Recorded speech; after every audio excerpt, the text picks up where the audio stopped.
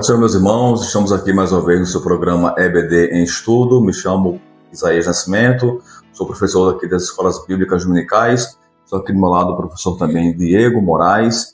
E hoje nós iremos dar continuidade, né, Diego, na explicação das lições das Escolas Bíblicas Dominicais desse terceiro trimestre de 2026.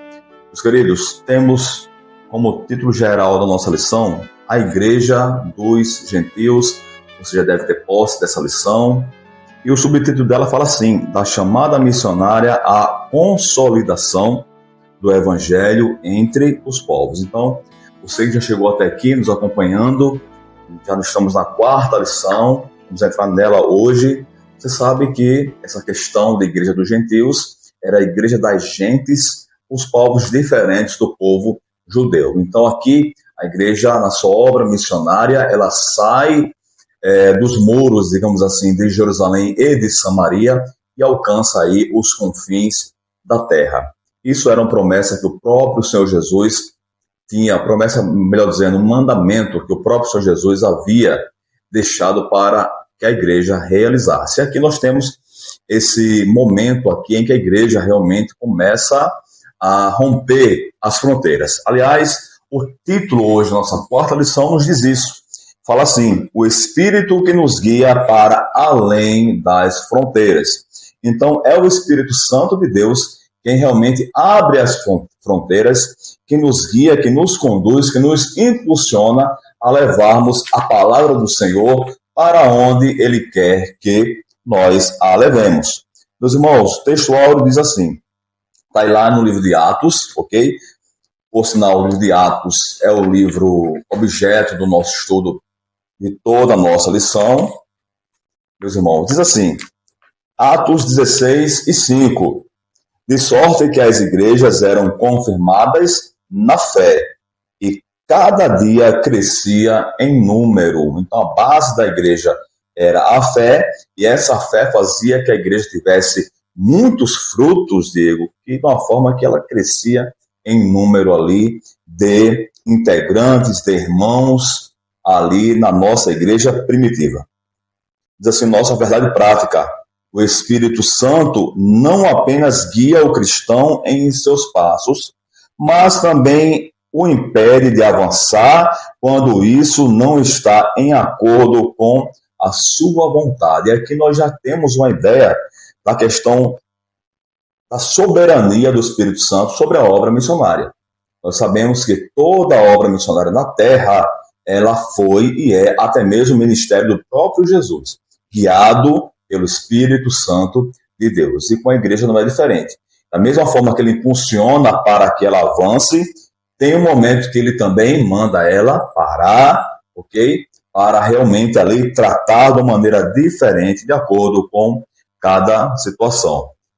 Nós temos que saber que é o Espírito Santo o grande diretor da obra missionária na igreja nessa terra.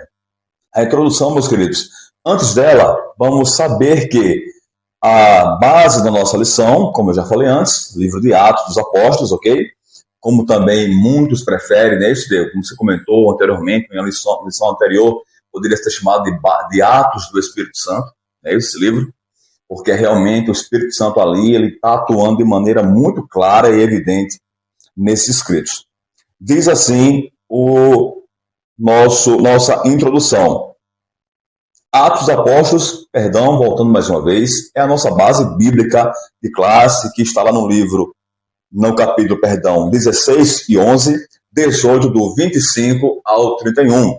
Atos dos Apóstolos, 16, 11, 18, 25 e 31. Necessário, querido professor, que você faça aí na íntegra com a sua classe a leitura, ok? Para que eles saibam aí onde está realmente aí depositado, onde foi extraído todo o conteúdo da nossa querida lição.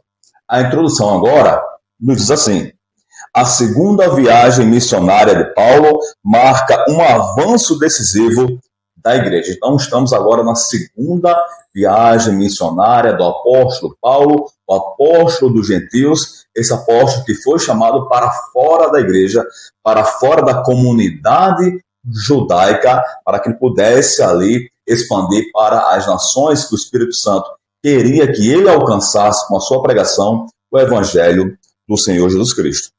O fortalecimento das igrejas já fundadas e a expansão do Evangelho para novos territórios.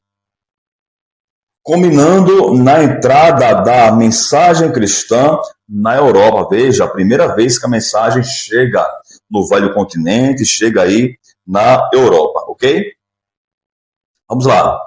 Mesmo diante de conflitos e mudanças de rota, o Espírito Santo conduz cada passo, impedindo caminhos e abrindo outros conforme a vontade de Deus, a sua soberania.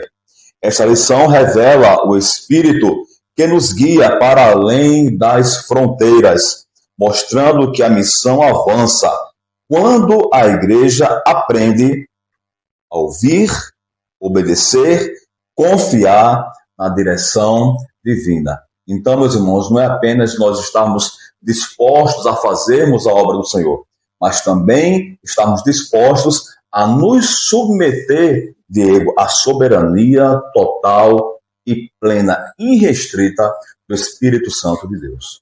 Exato. E no primeiro tópico da nossa lição, nós vamos ver Lídia, quando o Espírito abre o coração e funda uma igreja. O primeiro ponto desse tópico é a direção soberana do Espírito na segunda viagem missionária. Como já pudemos observar, nós aqui tratamos nessa lição da segunda viagem missionária de Paulo. Nós estamos no momento em que vai haver a separação entre Paulo e Barnabé. A Bíblia não esconde, queridos, o fato de que houve uma grande discussão, uma não pequena discussão entre Paulo e Barnabé acerca de Marcos. E essa discussão foi a causa da separação entre Paulo e Barnabé nesse trabalho missionário. E nesse ponto nós vamos ver que Barnabé e Paulo seguem caminhos diferentes e Timóteo é agregado, então, à equipe missionária de Paulo. Nessa segunda viagem missionária, nós vamos observar que Paulo desejou subir para a Europa, avançando sobre Ásia e Bitínia, e foi impedido pelo Espírito Santo de Deus. Isso nos mostra como que a direção do Espírito Santo de Deus era uma parte não complementar, mas essencial do trabalho missionário e das missões desenvolvidas por Paulo. Ele deixava de ir aos lugares que o Espírito o orientasse, que deixasse, e iria para o lugar para onde o Espírito, em uma visão, na visão muito conhecida do varão, macedônio, o convidando para que ele fosse até lá. Ele entende como a direção de Deus e, por essa razão, que ele segue de onde estava, em Troade, rumo à Europa. Esses são os primeiros passos da segunda viagem missionária. Temos algumas adversidades, mas, apesar de todas as circunstâncias, a obra de Deus não parava. E a direção do Espírito Santo era sempre seguida.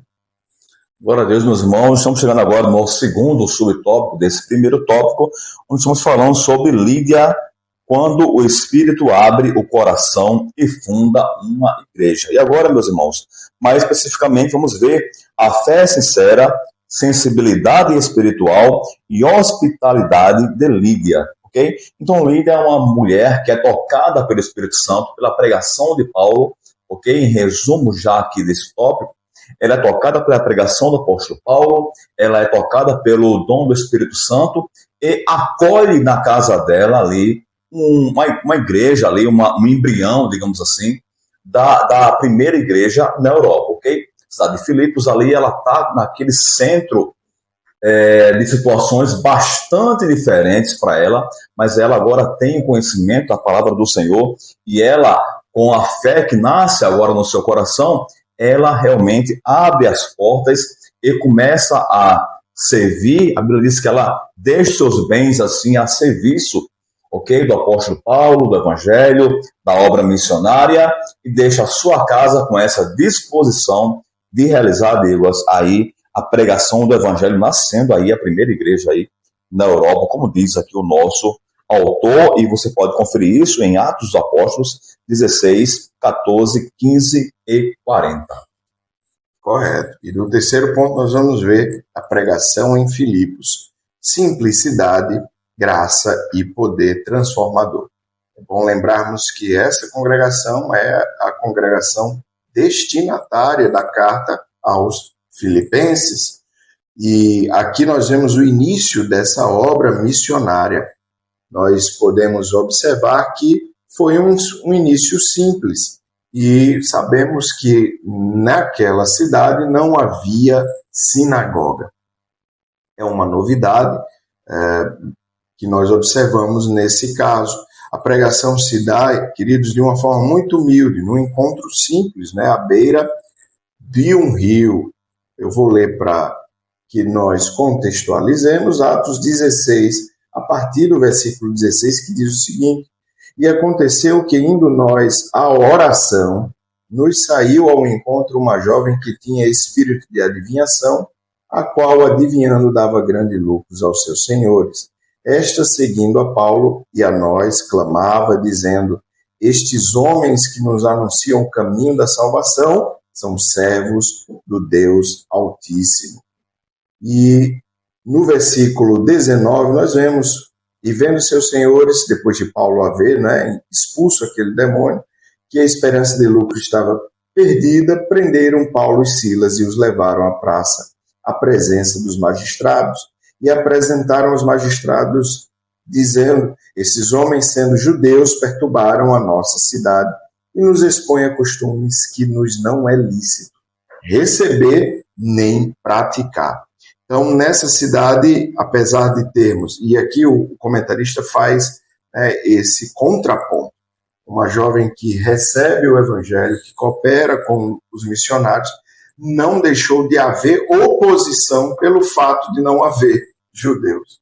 Então, tem essa característica muito peculiar nesse momento de evangelismo ali em Filipos, porque apesar de não ter sinagoga, de terem sido bem recebidos por alguns cidadãos, inclusive Lídia, que é conhecida e cooperadora do Evangelho, houve uma oposição muito forte para nós entendermos que a nossa batalha não é contra a carne e nem é contra o sangue, mas era espiritual, em todo momento. Meus irmãos, e já dando continuidade com o nosso segundo segundo tópico, já entramos agora no nosso segundo tópico. Falamos no primeiro tópico, meus queridos, só aqui para relembrarmos mais um pouco, falamos sobre, deixa eu só encontrar aqui, falamos, meus irmãos, sobre Lídia, a questão dessa senhora que abraça a fé, que abre a sua casa, que deixa os seus bens ali à disposição da obra missionária do apóstolo Paulo. E agora vamos falando na libertação. Nosso professor Diego já deu aqui uma introdução do que aconteceu de uma forma bastante ali interessante, isso, Diego? Com essa jovem, ok? A libertação da jovem possessa e o confronto com os poderes das trevas é o nosso segundo tópico, meus queridos. Diz assim: a expulsão do espírito de adivinhação. Como todos nós sabemos, isso causou um transtorno ali na questão comercial, porque até aquela jovem, Diego, era usada pelas pessoas como uma forma de ganhar lucro de forma assim, muito cruel, porque a palavra nos deixa claro que aquilo ali era demônio realmente, não vem da parte de Deus. Por mais que a declaração fosse declaração verdadeira, não é isso?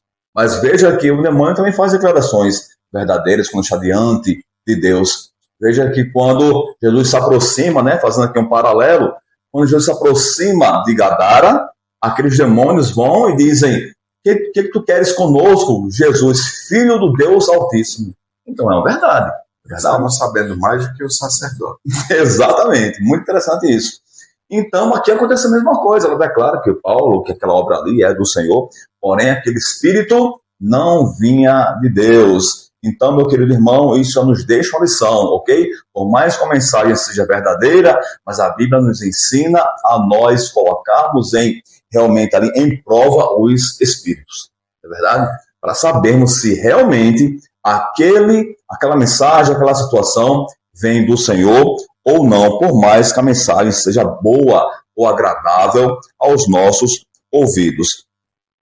Eu vou trazer aqui mais embaixo, no nosso terceiro parágrafo, que fala assim: embora falasse a verdade sobre os missionários, veja só, o seu testemunho não procedia de Deus. A semelhança dos demônios que reconheceram Jesus, já mencionei aqui, ok? Perturbando Paulo, ordenou em nome do Senhor Jesus, porque espíritos demoníacos, eles só saem em nome de Jesus, ok? Em nome de Paulo, de Pedro, de Maria, de João, não. É em nome de Jesus, porque só o nome de Jesus há realmente poder para expulsar a possessão demoníaca. O espírito saísse daquela mulher e a libertação foi imediata, revelando uma autoridade do evangelho sobre as trevas. E aqui, meus irmãos, nós temos uma situação bem interessante. Veja só, a pregação do apóstolo Paulo não era mais uma mera filosofia de um homem inteligente, de um filósofo, à semelhança dos filósofos gregos ali do tempo do apóstolo Paulo, ok? Que muitas das vezes ele combatia em boas situações. Não era. Veja que aqui é sinais e poderes de Deus acompanhando a mensagem do Evangelho. Isso que o nosso Senhor Jesus Cristo também deixou muito claro, que esses sinais, seguiriam aqueles que haveriam de crer. Então, o Evangelho é essa palavra, essa mensagem que traz consigo, ok? Sinais e maravilhas, traz consigo o poder de Deus, o poder que atuou agora na vida dessa moça, libertando-a de uma grande opressão demoníaca, ok? E também da questão ali da exploração disso pelos homens, concedendo a ela uma nova história, concedendo a ela que ela fosse ali uma nova criatura, assim ela também crendo no Evangelho. Isso nos transmite, meus irmãos, a certeza que quando nós pregamos o Evangelho na autoridade do nome do Senhor Jesus, com a direção do Espírito Santo, nós também podemos ver, Diego, libertação, cura, milagre, poder de Deus. Sabe por quê? Porque o mesmo Espírito que estava com o apóstolo Paulo, ele também está com a sua igreja em nossos dias. É importante que nós saibamos disso, que a obra não é nossa, que a obra não é de denominação nenhuma. A obra é do Senhor Jesus, conduzida pelo Espírito Santo. Exato. E o segundo ponto vai nos dizer que a reação dos exploradores e a perseguição injusta.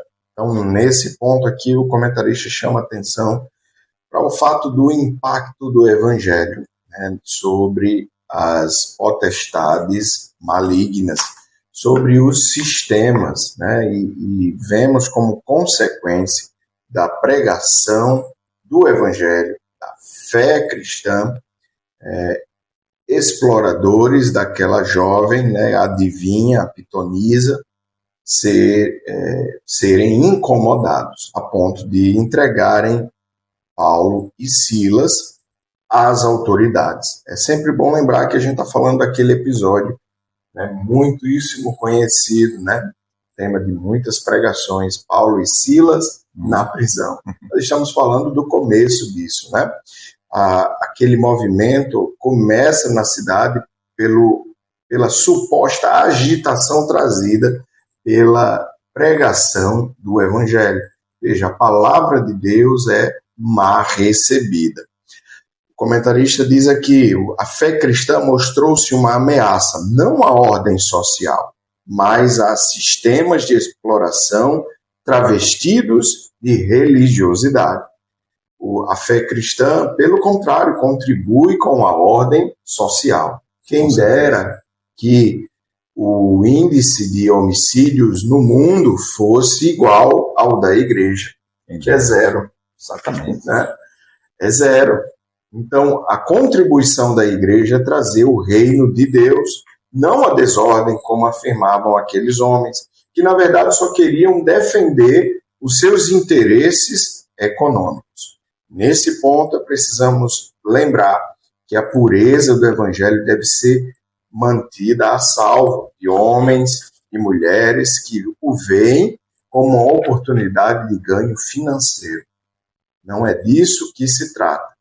Mas veja o que acontece aqui. Homens que incitaram toda uma cidade, cometeram injustiça por causa de interesses malignos, econômicos e financeiros. Coisa terrível isso, né?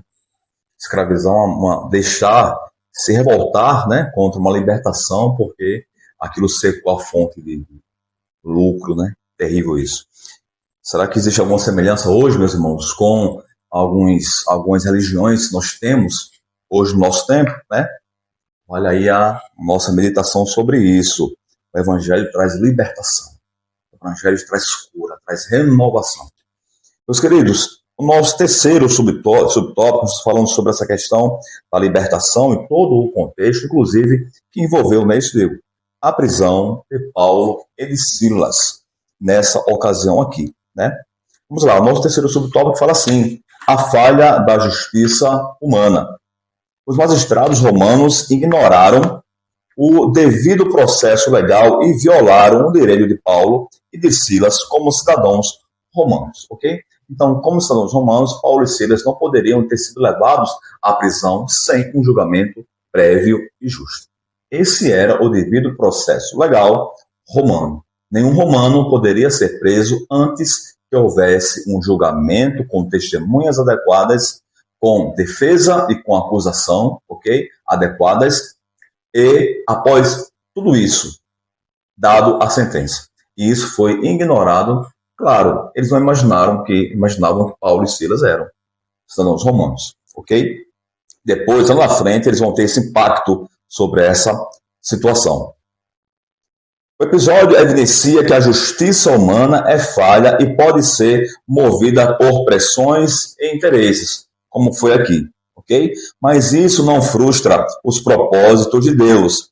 Muitas das vezes, o sofrimento do justo se torna instrumento para a manifestação da graça. Por que o nosso autor coloca aqui nesses termos, traz aqui essa situação muito interessante, é que lá na prisão nós temos aquela situação bem gloriosa em que o carcereiro, depois de toda a glória de Deus descer naquele local, onde Paulo e Silas cantavam, jubilavam ali, né? O carcereiro também se converte, aceita a Jesus Cristo como seu Salvador. Vamos lá. O crente é chamado a discernir, confiar, permanecer fiel, mesmo quando agir corretamente resulta em oposição injusta.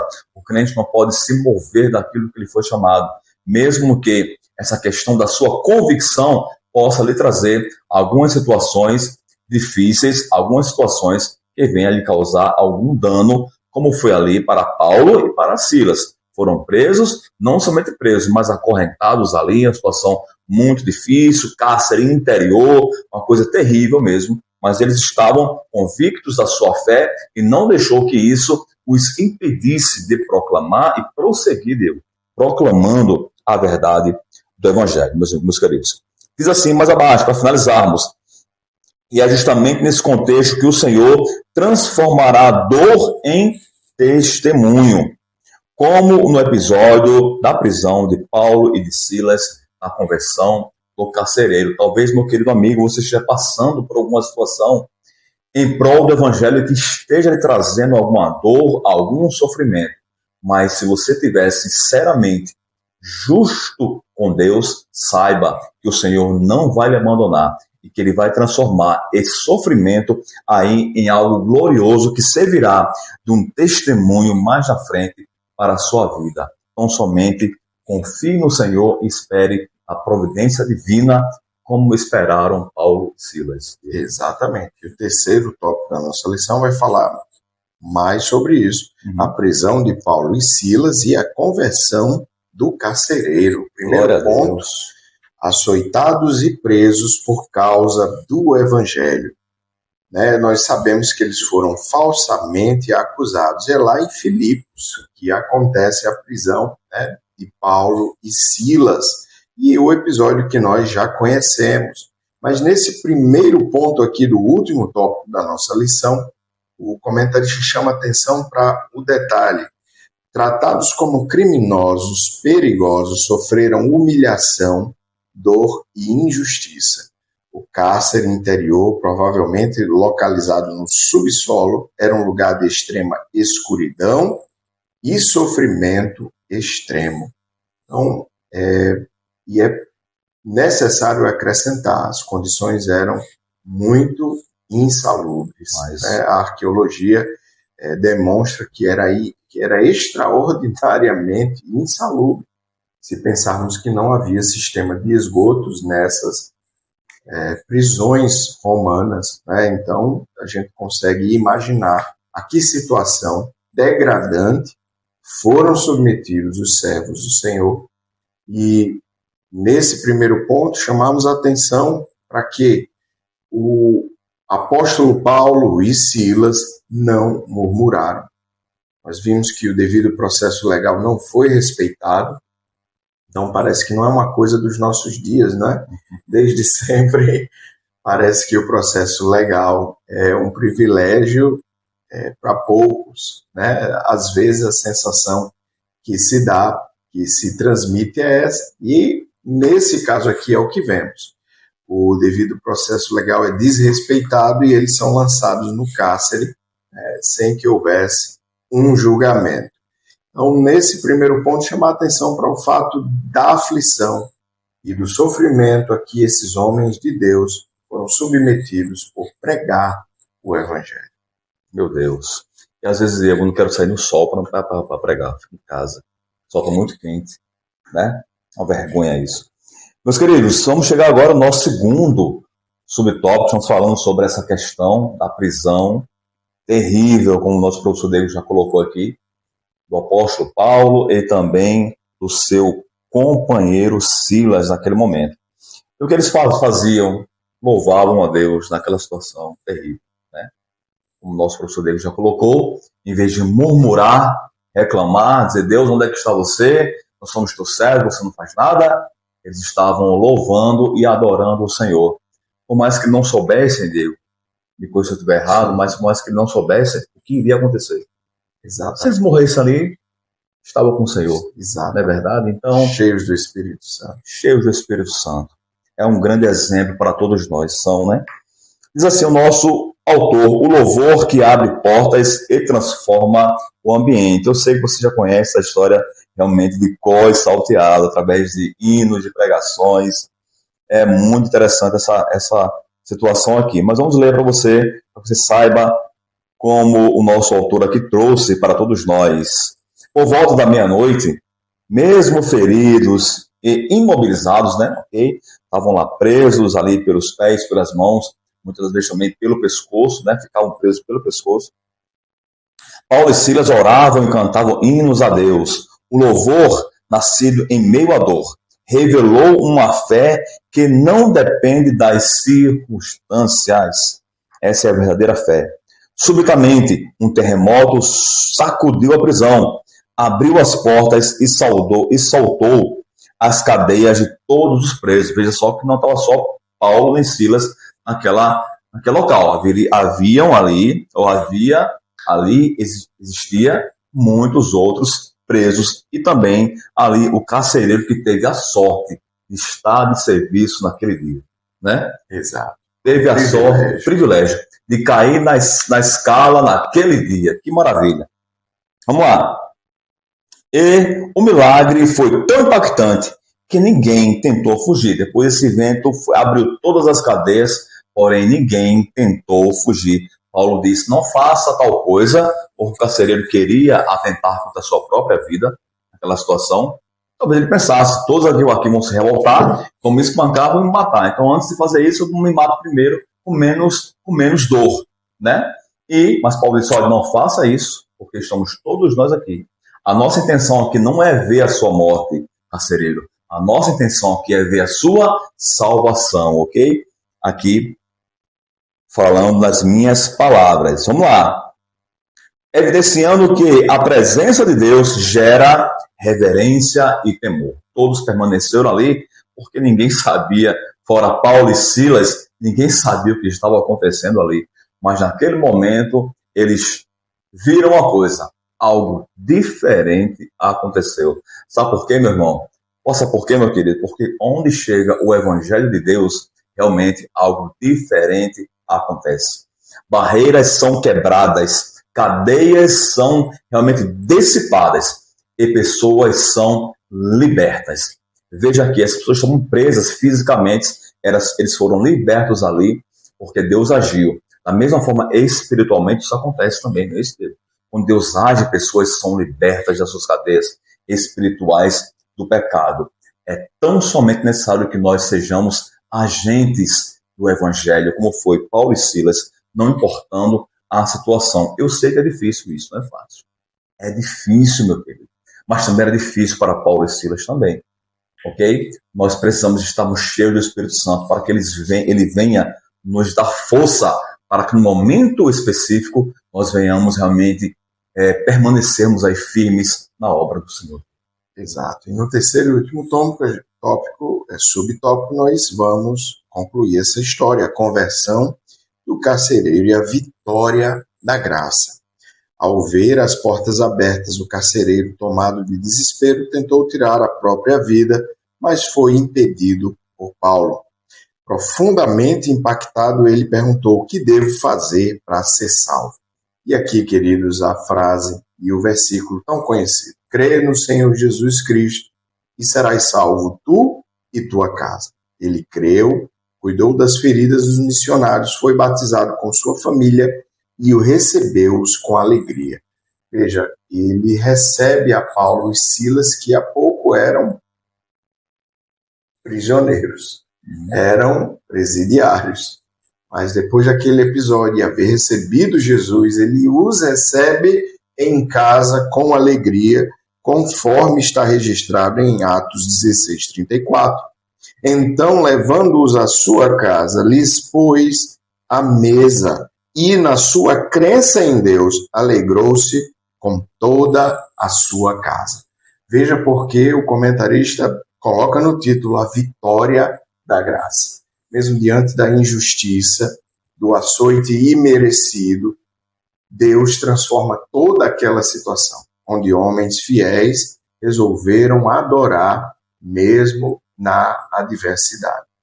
Tive um pastor que uma vez disse que a corda do violão precisa estar sob tensão para produzir som. E às vezes é quando estamos em maior aperto que o louvor dos nossos lábios sai com a melhor nota, de uma fonte sincera. É no meio da dor que faz mais sentido adorar. E essa adoração no meio da dor, queridos, é a mais profundamente sincera, como nós vemos no livro de Salmos. E aqui nós vemos um episódio em que a graça triunfa sobre a injustiça, a dor e o sofrimento. E, além disso, o triunfar da graça salva a vida daquele carcereiro, assim como todos de sua casa.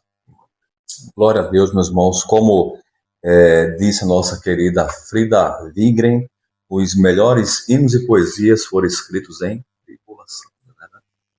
Que coisa gloriosa. Meus irmãos, chegamos agora à nossa conclusão da nossa lição. Espero que você tenha entendido aí o que nós nos propusemos a passar para você, ok? E que o Espírito Santo possa falar muito ao seu coração, que você seja realmente muito abençoado com a mensagem do Evangelho. Meu querido, diz assim a nossa conclusão: após cerca de 3 anos de intensa atividade missionária, Paulo retorna a Antioquia da Síria, de onde ele havia saído, onde ele havia sido aí comissionado pelo Espírito Santo a fazer a obra do Senhor, encerrando um ciclo marcado por direção divina, perseverança e frutos abundantes.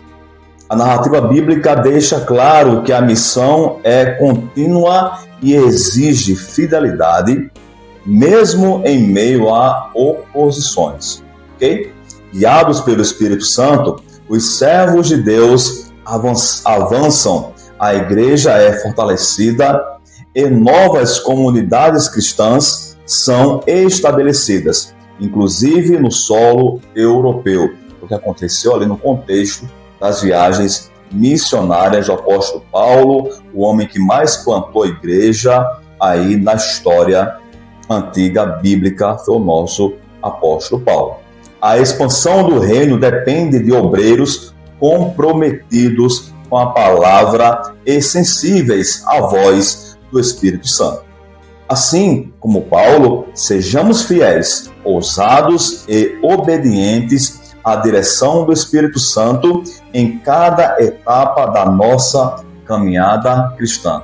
Então, para isso nós somos chamados, para isso nós somos também comissionados, para darmos aí prosseguimento àquilo que nascera ali de maneira mais formalizada, digamos assim, de maneira mais institucionalizada, que era a plantação de igrejas, que era a divulgação da palavra, que era o avanço da obra missionária. Ali que nasceu com a igreja primitiva, nós temos a função de permanecer também nessa condução do Espírito Santo, levando a palavra do Senhor para toda a criatura, não importando denominação, não importando credo, não importando religião. O que importa é a palavra do Senhor, que realmente, como foi com o carcereiro, não é isso, Deus? Transforma a vida de todo e qualquer pecador. É verdade. Meus queridos, pedimos que você deixe seu comentário, dê o seu joinha aí para compartilhe esse vídeo com mais pessoas, que essa plataforma veja que esse é um conteúdo relevante, para que nós tenhamos um alcance também por aqui, também de levarmos a palavra do Senhor para a sua vida, ok? Nós deixamos claro que esse programa não tem intenção de substituir a escola bíblica dominical, porém, ele é mais uma ferramenta para que você possa, para lhe ajudar ali na sua aula no domingo. Que Deus o abençoe em nome de Jesus e continue conosco nas demais lições das escolas bíblicas dominicais. A paz do Senhor.